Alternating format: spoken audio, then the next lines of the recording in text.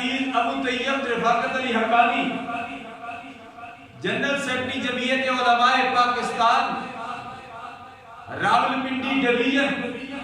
بانی و محتمین جامعہ حقانیہ، ظاہر العلوم اٹک کینٹ، گولڈا شریف، آستانہ عالیہ گولڈا شریف، آستانہ عالیہ نقیم آباد شریف،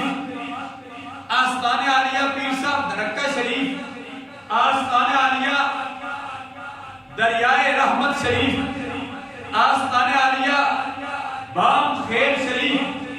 ان آستانوں کا خادم ہونے کی حیثیت سے میں علماء کرام کو، پاکستان کی عوام کو امن کا درس دیتا ہوں کہ اب وہ حالات نہیں ہیں کہ اس ملک پاکستان کی فلاح کو خراب کیا جائے۔ ملک پاکستان میں امن چاہیے، اور ہم اہل سنت والجماعت امن والے ہیں۔ جمعیت علماء پاکستان سن 1948 کو بنائی گئی، اب تک جاری و ساری ہے، اگرچہ مختلف حصے بھی ہوئے، لیکن ہمارا یہ موقف ہے، جب قائد ملت اسلامیہ علامہ امام شاہ نورانی علیہ رحمت سے لوگوں نے کہا ہماری جہادی تنظیم بھی ہونی چاہیے، انہوں نے باس گاف الفاظ میں واضح طور پر دو ٹوک لفظوں میں کہا ہماری جہادی تنظیم آرمی پاکستان ہے، یہ آرمی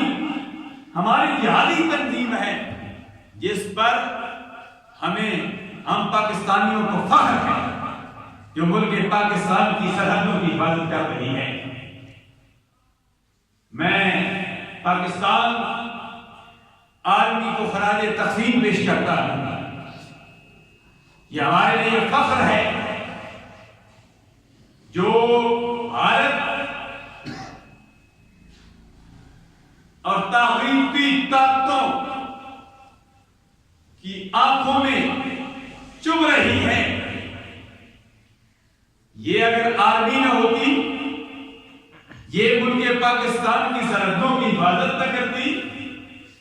یہ ضرب ارض کے نام سے، رد الفساد کے نام سے ان دہشت گردوں کا خاتمہ نہ کرتی، تو اس ملک پاکستان کی مسجدیں محفوظ رہتی، نہ امام بارگاہ محفوظ رہتی،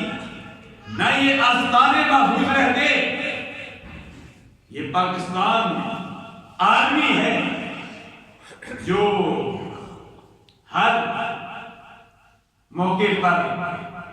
ہر مشکل وقت پر کھڑی ہے، رات کو بھی دن کو بھی اس ملک پاکستان کی حفاظت کرنے کے لیے ہر وقت چوکو چوبند ہے۔ اور باقی جو ادارے ہیں ہمارے، چاہے وہ پولیس ہے، رینجر ہے، جو بھی ادارے ہیں، یہ ہمارے ادارے ہیں،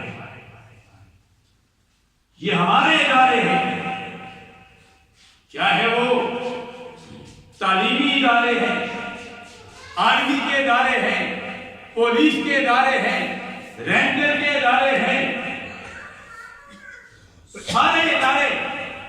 ہمارے ادارے ہیں۔ یہ ادارے ہماری حفاظت کرتے ہیں، قوم کی حفاظت کرتے ہیں، اور قوم کا کام ہے کہ ان اداروں کی عزت و تکریم کرے۔